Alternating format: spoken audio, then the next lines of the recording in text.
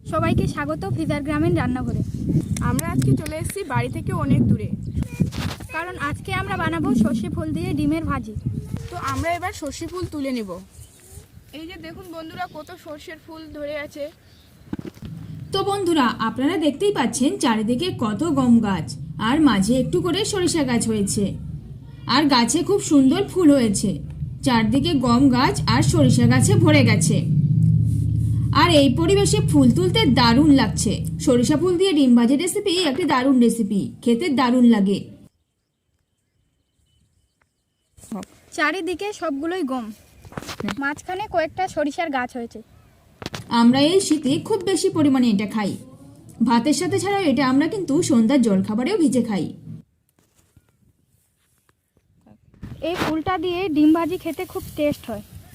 আপনারা পুরো ভিডিওটা শেষ অবধি পুরোটাই দেখবেন। প্রায় চারিদিকে সবগুলো সরিষা দানা হয়ে গেছে আর ফুল ঝরে গেছে, কিন্তু কিছু ফুল হয়ে এখনো আছে। আর এই ফুলগুলোই আমরা তুলে নিচ্ছি। আর দেখুন, এখানে একটা সরিষা গাছ, কোনো ফুল নেই এতে, সবগুলো ফুল ঝরে গেছে, পুরো সরিষা দানা হয়ে গেছে। গমের ফাঁকে ফাঁকে এরকম কিন্তু অনেক গাছ হয়ে আছে। আর এই গমের ভিতর থেকেই সরিষার ফুলগুলো তুলতে হচ্ছে। এই যে আমাদের ফুল তোলা হয়ে গেছে। এইটা দিয়ে আমরা দুটো ডিম ভেজে নেব। তো এবার আমরা সোজা চলে যাব বাড়ি। এই যে দেখুন, একটা জবের গাছ পেয়েছি গমের মধ্যে। দেখুন বন্ধুরা, এটা পুরোটাই গম, আর গমগুলো হতে এখনো কিন্তু অনেক দেরি আছে। তো আমরা হাঁটতে হাঁটতে চলে এসেছি বাড়ি। আর দেখুন ফুলগুলো কত সুন্দর লাগছে, একদম তাজা। এটা এখন পিষে নেব।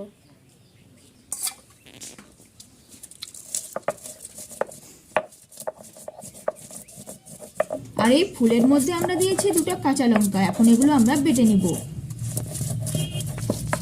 আপনারা ঝালটা পছন্দ মতো দেবেন।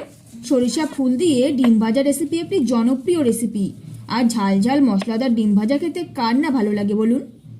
মিহি করে বেটে নিতে হবে। দেখুন, বেটে নেবার পরে পুরোটাই সবুজ হয়ে গেছে। তো আমাদের বাটাবুটি কমপ্লিট হয়ে গেছে। এবারে তুলে নিব একটা বাটিতে। আমরা দুটো ডিম ভেজে নিব এই সর্ষে ফুল দিয়ে। এখন এই ফুল বাটার মধ্যে একে একে সব মশলা অ্যাড করব। তো প্রথমে যেটা কেটে নিব তা হলো পেঁয়াজ। এটা গোল করে ঝিরিঝিরি করে কেটে নিতে হবে। আমরা এখানে দুটো পেঁয়াজ দিয়ে দিয়েছি।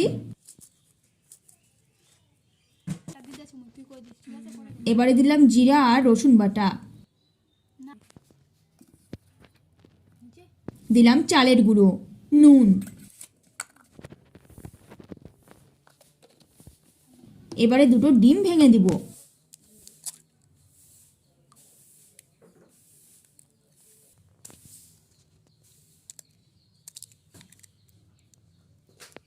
আমাদের সব কিছু মেশানো হয়ে গেছে।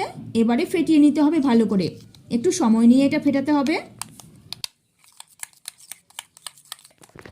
দেখুন, পুরো ডিমটা সবুজ হয়ে গেছে। ডিম ভাজলে আপনারা চালের গুঁড়োটা কিন্তু অবশ্যই দেবেন, এতে একটা মুচমুচে ভাব আসবে।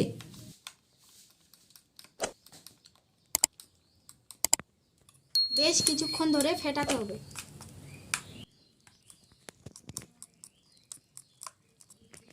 ডিম ভালোভাবে ফেটানো হয়ে গেলে উনুন ধরিয়ে নিয়েছি। আর দিয়েছি একটা কড়াই বসিয়ে, কড়াইটা গরম করে নিয়েছি ভালোভাবে। এবারে দিতে হবে এতে তেল।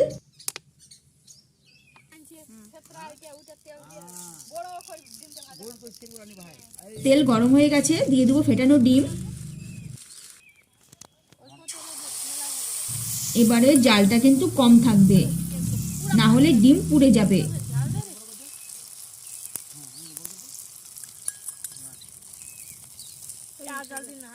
আমি জাল হালকা রেখেছি, একটু ডিমের সাইডটা তুলে দেখাচ্ছি। দেখুন, খুব সুন্দর হয়েছে। উল্টে দিলাম। আমরা এতে আর কোনো জাল দেব না, আঁচেই হয়ে যাবে।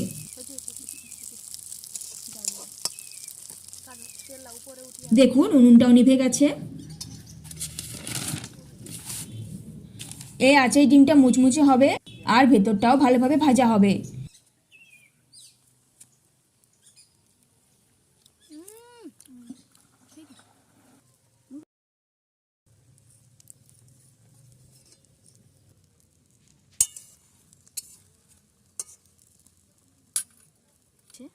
দেখুন বন্ধুরা, কতটা সুন্দর হয়েছে।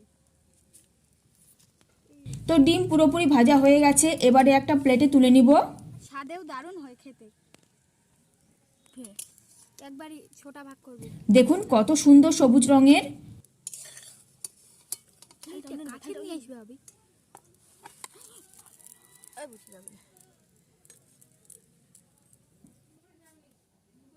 আর এখন এটাকে গরম গরমই পরিবেশন করতে হবে, তাহলে এটা সঠিক স্বাদ পাওয়া যাবে।